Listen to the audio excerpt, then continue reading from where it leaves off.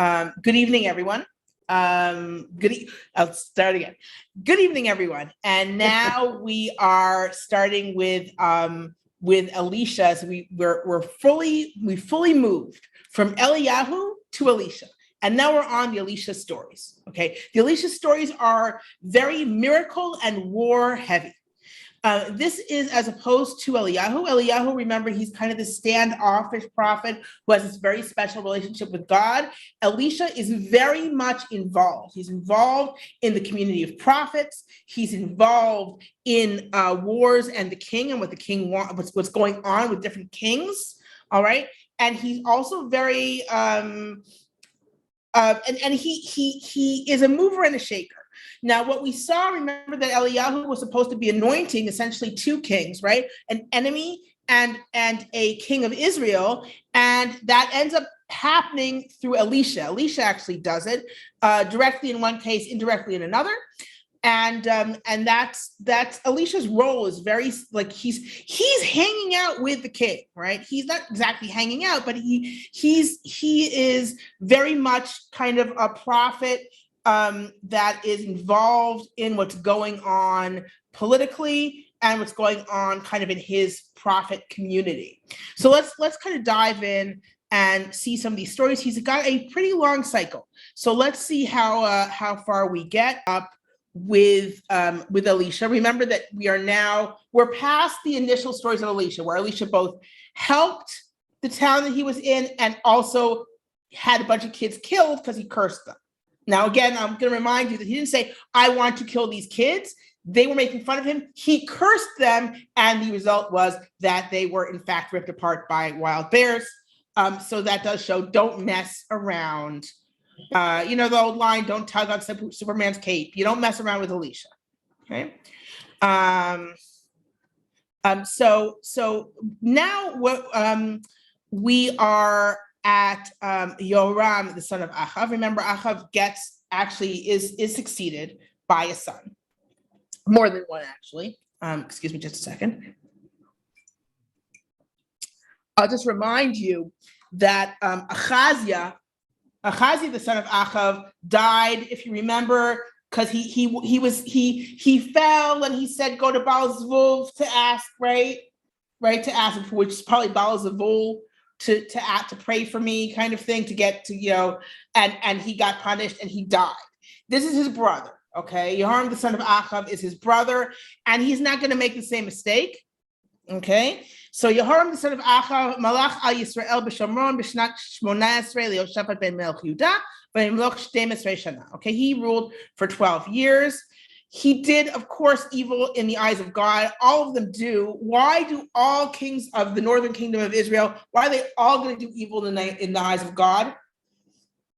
At least in the framework of Sefer Melchim, of the Book of Kings. They're all going to do evil in the eyes of God because they're all going to have temples. You're not going to have a king of Israel who's like, you know what? We're not going to have any temple at all. That's not happening.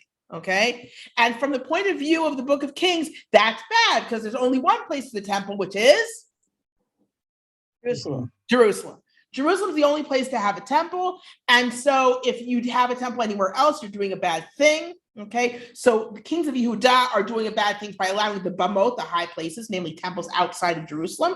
And the kings of Israel are doing a bad thing by allowing the temples of Yerav ben Nevat, of temples set up in Bethel and Dan, one assumes other places as well, even worshiping the Israelite God, right? So even though they're worshiping the right God, the fact that they have temples is automatically going to make them bad. Note that for a northern king, it's almost an unwinnable situation because there's no way you're not going to have a temple in your land at all, right? That's kind of not going to happen.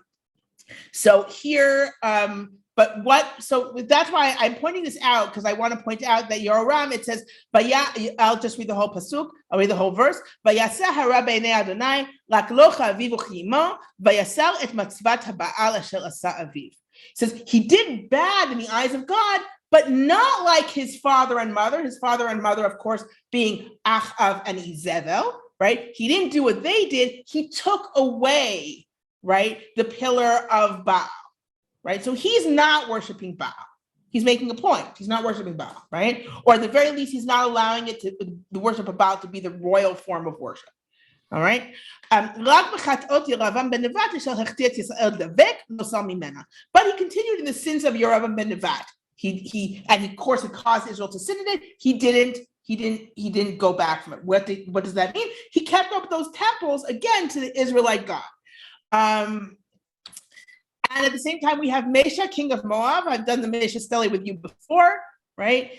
And where Mesha talks about taking back the cities that Israel had taken. Now here we have Mesha, the king of Moab, in the head of a vassal state, right? Haya Noked. He has flocks. Ve'shiv l'melech Yisrael 100,000 karim u100,000 elim samer. And he gives a tremendous tax as a vassal state, right? 100,000 sheep, the wool of 100,000 sheep, and 100,000 and 100,000 rams. Okay, that's a lot. All right, probably exaggerated. Okay, but showing that this is a very this is a major vassal state, and it's a lot of money. Okay, so what's the standard thing particularly when a powerful king dies? This is a great opportunity in the hubbub of the succession for the vassal states to rebel, and that's exactly what Moab does. Okay, and so Yoram goes out and he musters an army, okay, to take back Moab. And he sends Yoshaphat, the king of Yehuda, saying, Melech Moab Pashabi, the king of Moab has rebelled against me. Hatelech iti al Moab lemilchama. Will you join me? In other words, we're allies. They're allies. We're ally states. Will you join me in this fight against Moab? Vayomer ele kamoni kamocha kami kamecha kisusai kisusecha. He says, I will go up. I am like you. My nation is your nation. My horses are your horses. Very nice, especially Yehuda and Yisrael being together. Vayomer Ezed Haderech Na'ala, Vayomer Derech Midbar Edom. He says, how are we going to go up? We're going to go through up the desert of Edom. Okay, and Edom is a vassal state of Yehuda, traditionally, right, for periods, except when they rebel, right? And so we have Vayelech Melech Yisrael Melech Yehuda Umelech Edom. So they have also the king of Edom joining them. Vayasobu derech shivat yamim. They go around 7 days. V'lo haya mayim lamachaneh v'lebehema asher b'ragleihem. They don't have enough water for their camp. Okay, they run out of water. Vayomer Melech Yisrael. So the king of Israel says, aha, I'm going to read the whole thing. Vayomer Melech Yisrael, aha, ki kara Adonai lishloshet hamilachim ha'ele latet otam biyad Moab. And the king of Israel says, woe for God, for the Lord, right, has called these 3 kings to give them in the hands of Moab. Okay, so he's in this declaration, he's doing 2 things. One is he's crying out of tragedy, but he's also recognizing that it is the God of Israel who is behind everything. Okay, so we see that he is not like his parents. He follows the God of Israel. Okay, it's not going to do him much good. All right, in this particular case, perhaps, but in general, not. So he says, okay, we're doomed, right? So Yoshaphat says, don't we have, isn't there a prophet for the Lord, for God, that we'll ask God through him, essentially?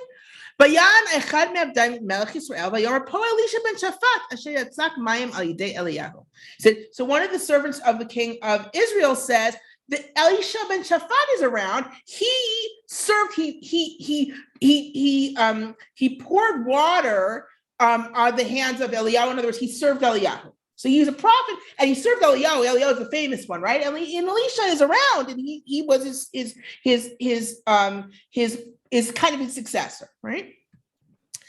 Vayomer Yoshaphat yeshot dvar Hashem, and Yoshaphat apparently knows of him. He says, "Oh, he's got the word of God. He's worth asking." So they all go down to him. Okay. Vayomer Elisha el Melech Yisrael. So Elisha says to the king of Israel, "Mali velach lechem nevi'ei avicha vel nevi'ei imecha." He says, "What do we have to talk about? Go to the prophets of your father and mother." In other words, Elisha doesn't recognize that he's different. He's like, hey, I knew your parents. You go to Baal. Why are you even talking to me? Okay. You go to the prophets of the Baal. But Yomer Lo Melech Yisrael Al. So the king of Israel says, no. Because the Lord God, in the end, he reiterates what he said to begin with, but it shows that he believes that it is the God of Israel who's behind everything. In other words, no, I have a different outlook. I see the God of Israel as the one who's causing this tragedy to happen to us. Okay. And also he's reiterating the tragedy. Look, it's 3 kings here. We're all going to die. And so Elisha says, okay, I'll do it because Yehoshaphat, the king of Yehuda, is with you. So that's why I'm going to help you out. He still doesn't recognize that Yehoram is any good. But he says Yehoshaphat's here, so I'm going to answer you. All right. So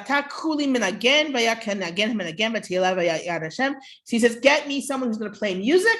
All right. And this connects to, remember when we were talking about the people who go into an ecstasy, what does he need music for?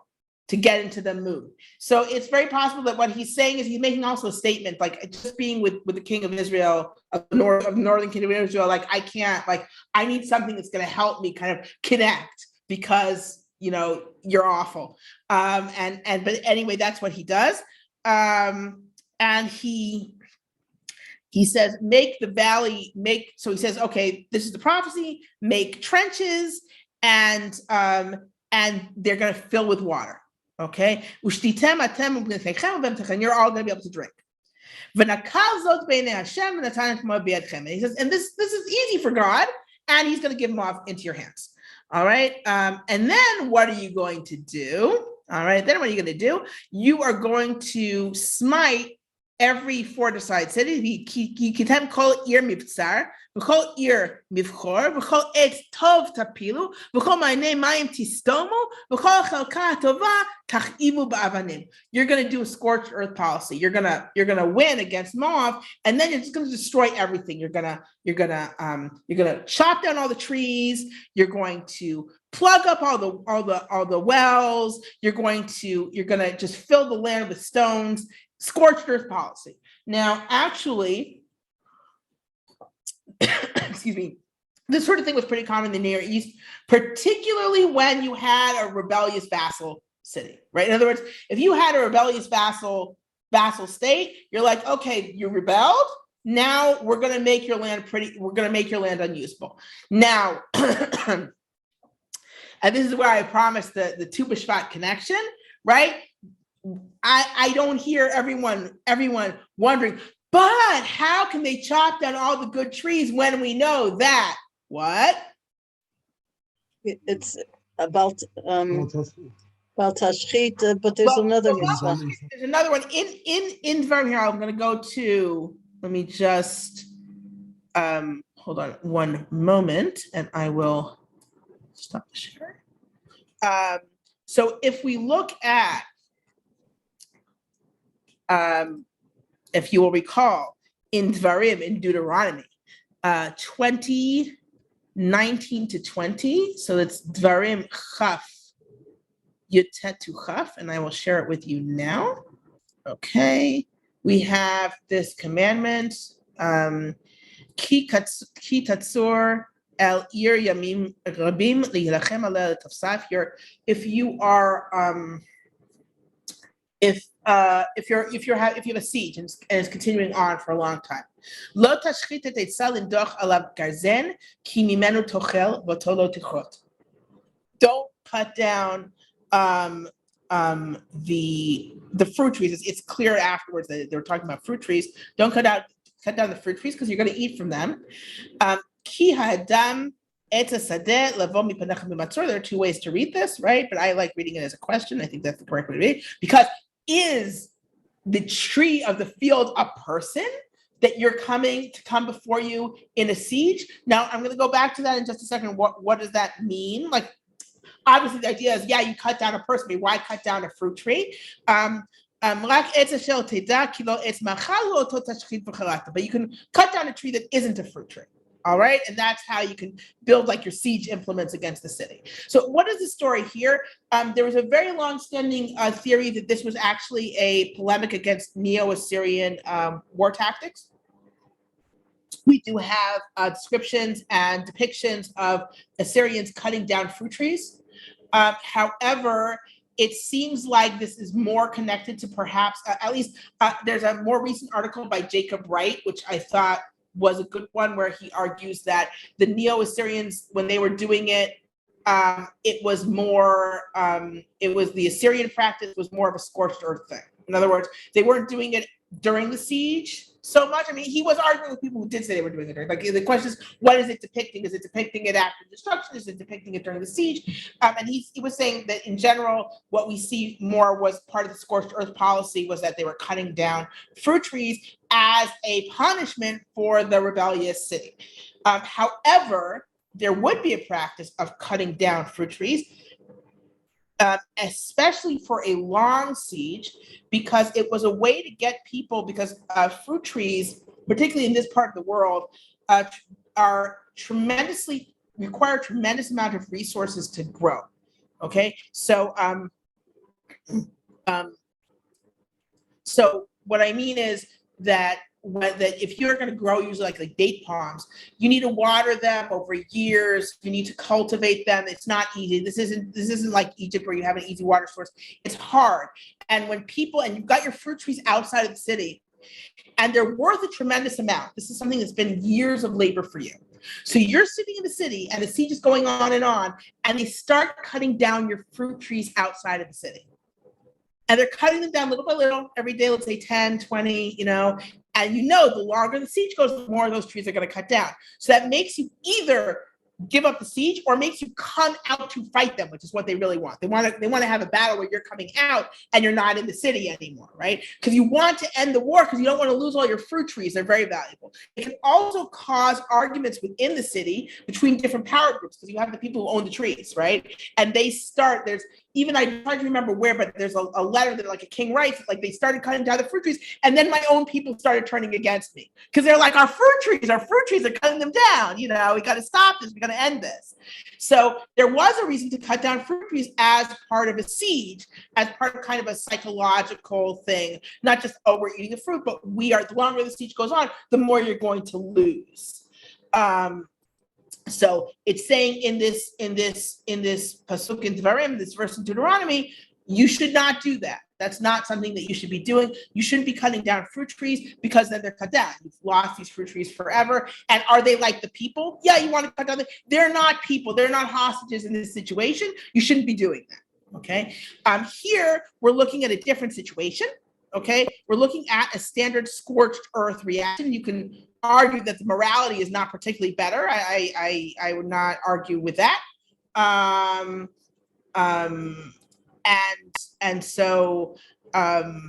But however, it's not the same situation. It's not a situation of during a siege. It's as part of a scorched earth thing to say, you rebelled, this is what we're doing. So that's that's what they're supposed to do. And so what in fact happens in the morning, and water comes from Edom, and in other words, there's a flash flood, right? There's a flash flood, and everything fills with water. Okay, so they have water, and meanwhile, Moab is recruiting, is mustering everyone. And they get all their people, and they get up, and there was no water, right? It was desert, and now there's water. All right. So they get up in the morning, and the sun shines on the water, and it looks red. And they're like, oh, they're all fighting each other. It's blood, right? Great. We can just go in and take the spoils. They go and take the spoils, not ready for battle.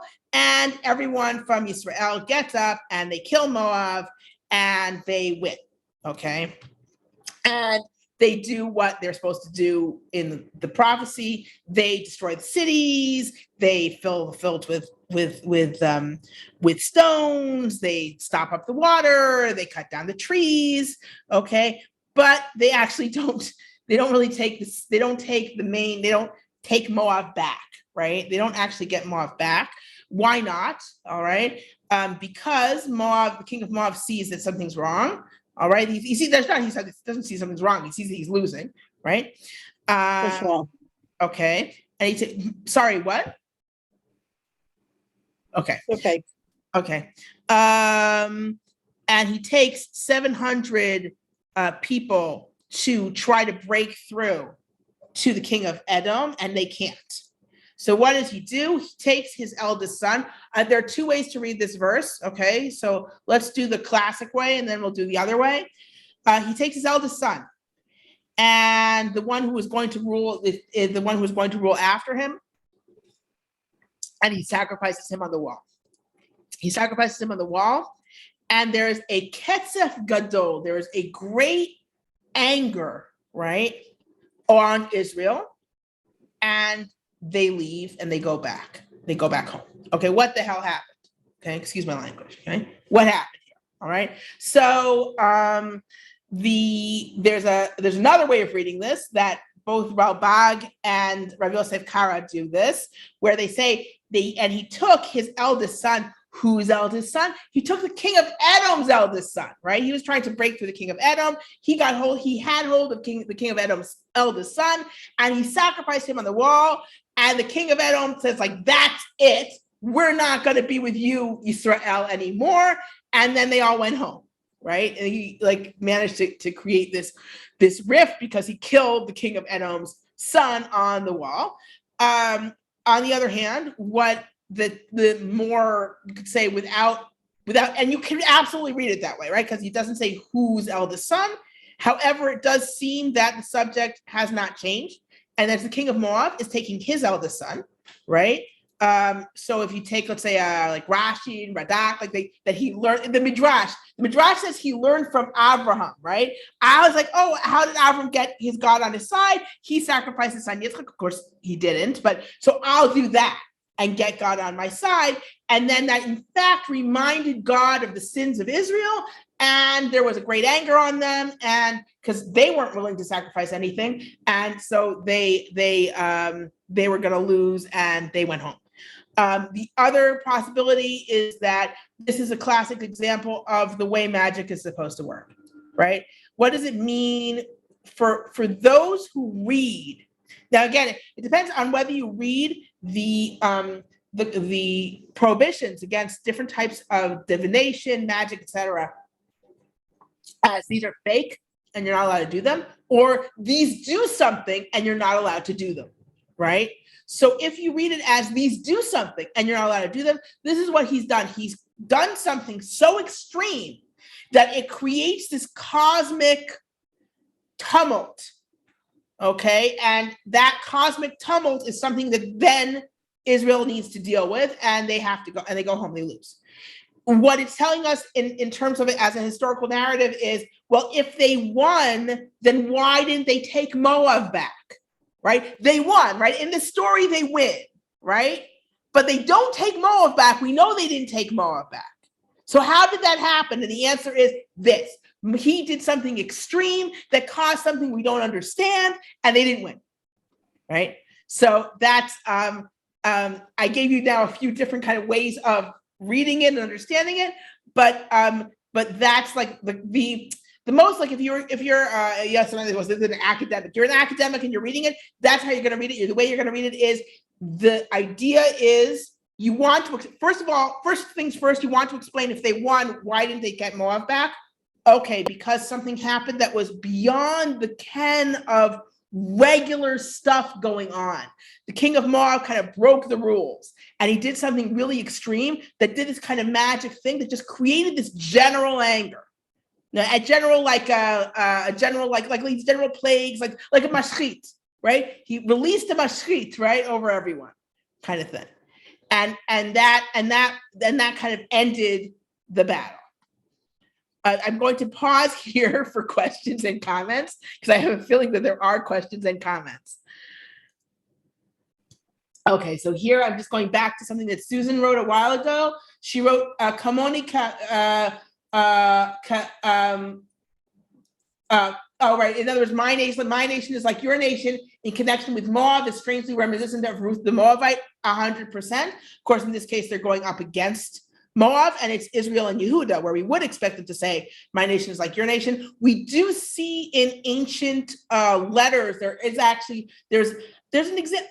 I saw an example that they wanted to say it's like that. I didn't feel it was like that. There was an example of someone saying, oh yes, we're allies and we're going to go out together. I did not feel that it was as extreme as this language. This language is much more like we are the same nation than what I saw in what was brought as a parallel in vassal language.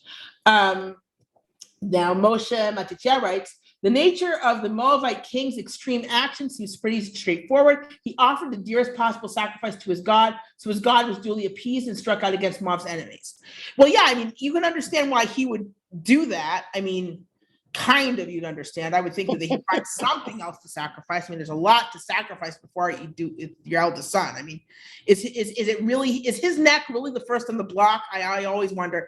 But it's true that's clearly what he wants to do. But then you have to explain from an Israelite point of view, why does it work? Right? So they just describe it as kind of this ketzef, this general anger. They're not going to say, oh, and Kamosh got us. That's not how they're going to say it, right? And it's not the way it's explained. And why is it brought to begin with? Why is this? So the attitude here seems to be that he did something kind of illegitimate that really did cause something to Israel. Again, unless you read it like Ralbag and Rav Yosef Kara, that it's actually the king of Edom's son that he killed, and then you could kind of understand why there'd be anger against Israel from Edom. And Susan says, less magical that Edom lost his son and felt let down by Israel and the Yehuda military and this shattered the alliance. Right, that's much less, that's not the magical explanation. That's the explanation that we're all comfortable with. That's the explanation that I can read and go, yeah, that's what happened. That makes you feel all fine and wonderful and nothing that's disturbing. The magical one is the disturbing one. I always give an example is there are clearly certain things, and the example I give is not quite like this. I'm not saying this is the same thing, but when it says in the Torah that you're not allowed to put a stumbling block before a blind man, and you're not allowed to curse a deaf person. Why can't you curse a deaf person? What that means, cursing a deaf person, okay, is you're doing something when you put a stumbling block before a blind person, you're doing something to harm the blind person. It's going to harm them because they're blind. They don't have any idea that it's there, and they don't know who did it, right? And so you can totally get away with it. And don't curse a deaf person. The deaf person doesn't hear it. They don't know who did it, but it's going to hurt them. That's the assumption, that if you curse someone, it will hurt them. Okay, it does something. All right. So there is this idea that there are other things going on, right? Okay. So moving right along. Everyone, please mute yourselves because sometimes it also messes up the recording when there's a switch in speaker. Okay. Sharing my screen once again as we move on to our next story. So what did we see there with Elisha? We essentially saw that Elisha came through for the kings in terms of what a standard royal prophet's going to do, which is tell them what's going to happen in battle. That's a classic court prophet role. Okay, he's on call for kings to ask him what he's going to do in battle. Now, clearly here, he's not quite on call. They have to kind of find him. They have to say, oh, he's in the area and we can do something. Okay. And then we go right straight into a string of miracles, of smaller miracles. In other words, now we're looking at Elisha as someone who helps private people who need his help. So I'm just going to run through these relatively quickly because they're very kind of, they're just kind of short as opposed to if you remember with the Eliyahu story where he brings a kid back to life, he calls out to God and he prays and there's a whole kind of thing. These stories are much, much shorter and much kind of just like these little summary stories. Okay, so what do we have for our first story? We have a woman who's one of the wives of the sons of the prophets, right? She's one of these. She's a widow, and now she has no money, and the creditor is going to come to take her two kids as slaves. All right. So you say, and they here it's translated bondmen. I mean, they're right. It's not maybe slaves, it's more indentured servants into indentured servitude. I've mentioned this before. This was very, very standard in when you owed a debt for your kids to be taken to serve the person who you owe the debt to in the ancient world. So Elisha says, okay, what can I do for you? What do you have? She's got, I don't have anything, but I just have some oil. And he says, okay, great. Just borrow as many empty vessels, empty pots as possible, and then close the door so no one sees what you're doing, and just pour oil into all these vessels. And of course, that's what she does. And the oil just keeps going. And then she's able, and then he goes and he says, okay, great, sell it. And now you can pay your debt. You can pay your debtor, your creditor rather. And you and your children your sons can live with what's left over. And that's what she does, right? Short and sweet, miracle based on something that she started with, right? She needed to have some oil to start with, but once she had that, no problem, and she's saved. Next one is the Shunamite, right? So there's a woman from Shunam, and whenever he comes by, she has him live by her. She even made she makes a little attic for him, so he has a nice, he has a bed, and he has a table, and he has a chair, and he has a lamp. Which the way it sounds is like it's actually pretty luxurious for Elisha, and so that's a big deal. And so he says to Gehazi, his servant, he says, call this Shunamite, and he's like, listen, you've done all this stuff for us. What can I do for you? And he says, this is very interesting. He says, what can I do for you? Should I speak to the king or to the head of the army? Right? So like this is something, here's this prophet. Now, Eliyahu wouldn't have said that, because Eliyahu would not have, A, he probably would not have spoken to the king for her. And B, he probably would not have been able to speak to the king for her because the king was his enemy. The king wanted him dead. So at different points in his life. So Elisha, though, he's got them on speed dial. Elisha's very connected, right? And he's like, can I speak to the king for you? Can I speak to the head of the army for you? And she says, no, b'toch ami anochi yoshevet. I live within my people. What does that mean? Living within your people means I've got my family around me. I have people who take care of me. I'm connected myself. All right. So just to remember, whenever we read of like you need to help the widow, the orphan, and the ger, right? The person who's from outside and is dwelling with you. Why? Because those are the people who don't have family. They're not connected, and so they're very vulnerable in this in the standard situation in the ancient world, where you need to be part of a family and a network. She's like, I've got family. I'm fine. I have connections. I'm all set. So he says, okay, what can I do for her? And Gehazi says she doesn't have a son and her husband is old. This is the classic, I always like the classic biblical thing. The problem is always that the husband's old. She's fine, but the husband is old though. And he says, okay, call to her. And he says, listen, at this time, this is obviously, mirroring the words to Sarai. This time next year, you're going to have a son. And she's like, oh, please don't lie to me. You can really feel this, please don't lie to me. But she, in fact, gets pregnant. She has a son and oops. Okay. And she has a son. Okay. That just as Elisha tells her, son grows up, gets older. He goes out with his father to the reapers during reaping, and he says, "Vayomer el aviv roshi roshi," and he says to his father, "My head, my head." Vayomer el anar sa'ehu el imon. The father says, "Well, to his servant, take him to his mother."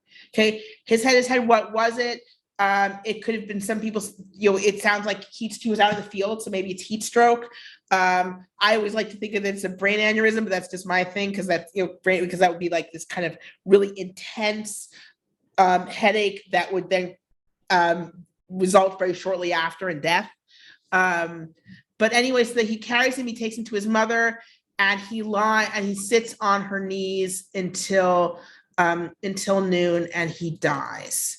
And it's very sad. Like, he dies on his mother's lap, and she takes him and she puts him on the bed of Elisha, right? And she closes the door and she goes out and she calls to her. It's very sad. Like, the way it's described, I do think you're supposed to kind of place yourself in the mindset of this woman, right? And she says to her husband, she's like, just send me one of the servants and one of the donkeys, and I'm going to go to the man of God and I'm going to come back. And he says, why are you going? It's not Rosh Chodesh. It's not Lo Chodesh Lo Shabbat. It's not the first of the month, and it's not Shabbat. So clearly these are both holidays when she might be expected to go in kind of a pilgrimage. And she's like, goodbye, right? She doesn't like, not really goodbye. She's like, all's good, right?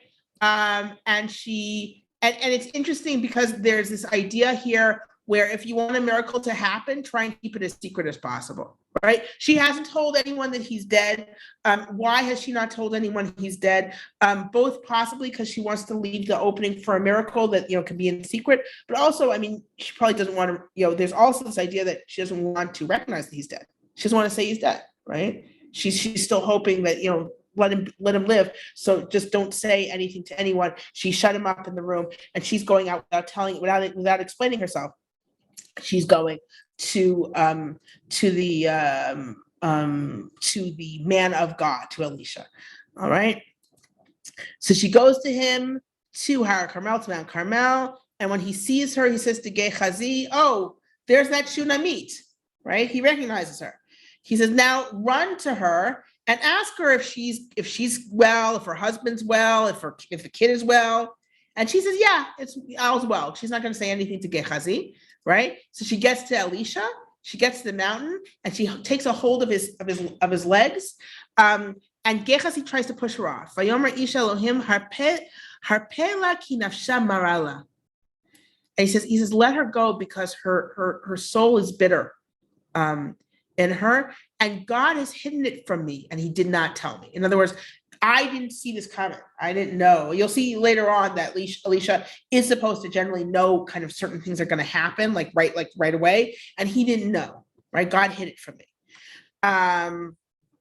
And she says to him, "Vatomer, hasha'alti ben me'et Adoni, halo amarti lo tashloti." She said, "Did I ask for a son from you? I said, don't deceive me." In other words, you gave me this son, and now the son's taken away. Did I ask for this? And so he says to Gehazi, "Go, take my staff. Don't hesitate. Don't greet any person in the way. If anyone greets you, don't answer. And take my staff and put it on the face of the child." And the mother says, "I'm not leaving you." Right? In other words, I'm not going to say, I'm not going to be okay with Gehazi going. I'm not leaving you, Elisha, without you going. So he goes after her. So Gehazi goes first, right? And he puts the staff on the boy's face, and in kol ve'in kashif, right? There's no voice, and there's no response. Doesn't hear. Vayashav lakrato vayaged lo lemor lo hikitzanar. So he comes back. He says the kid didn't wake up. Vayavo Elisha abayta. Elisha goes home. V'nei hanar met mushkav al mitato, and the boy is dead, lying on his bed. And he closes the door, and he prays to God. Okay. Unlike Eliyahu, we don't see what he says, right? And he lies on the kid, and he puts his mouth on his mouth, his eyes on his eyes, his hands in his hands, and he stretches himself on him, and the boy's flesh warms. In other words, he's doing an action that's going to allow the child to live, but it's still a miracle. All right. And he's so he walks back and forth, and he does it again, and then the kid sneezes 7 times, and he opens his eyes. So he says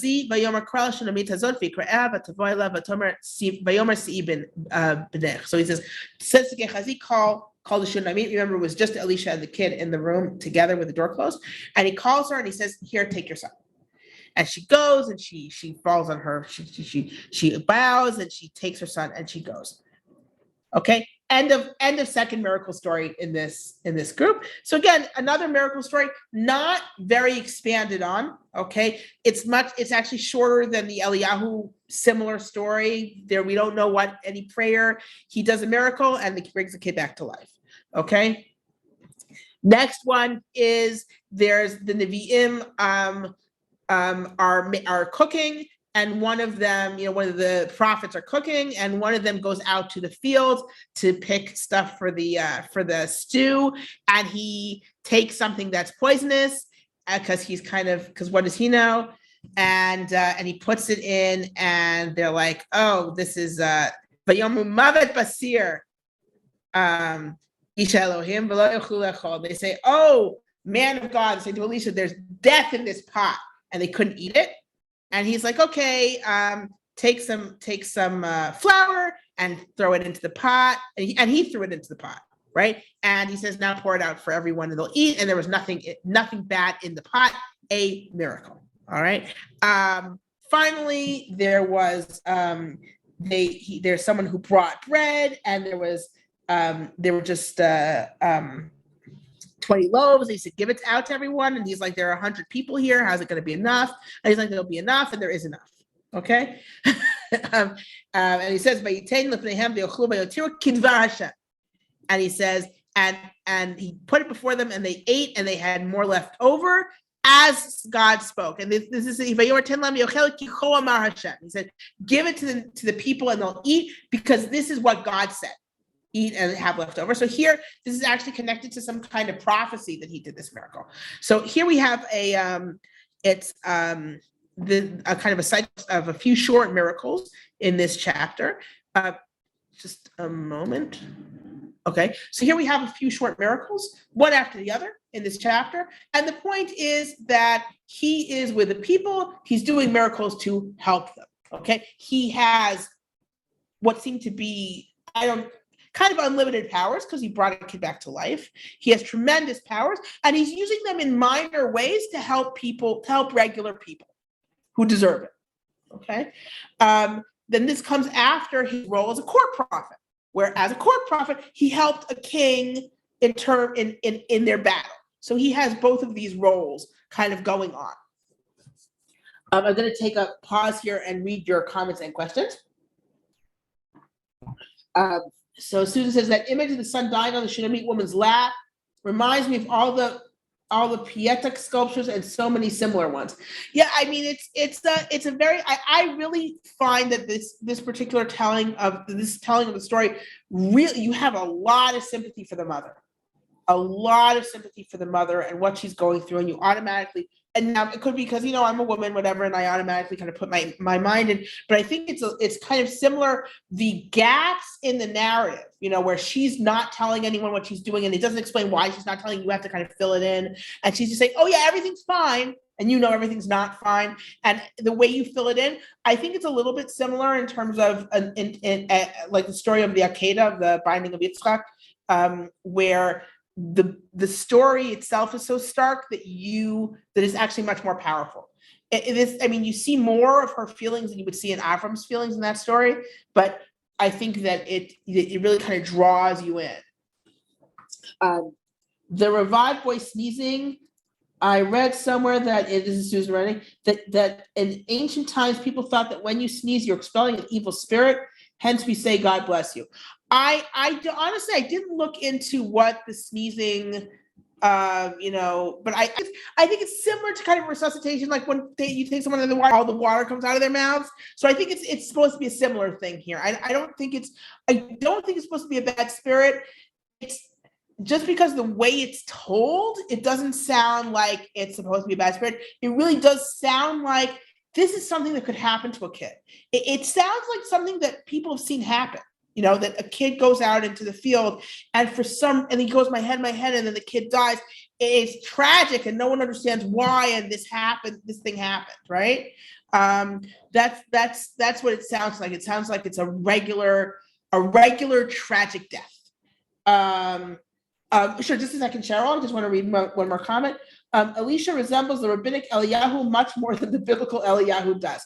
Yeah, so Elisha is actually someone who kind of goes around helping people and getting involved with kings. Like he's a much more of a helpful character than Eliyahu is, and you could actually kind of see him, doing things, of course, but of course he has that other side of him, right? There's that don't cross him side, which every now and then comes out, right? And we see that in the next story also that we'll see. Cheryl, you had something you wanted to ask?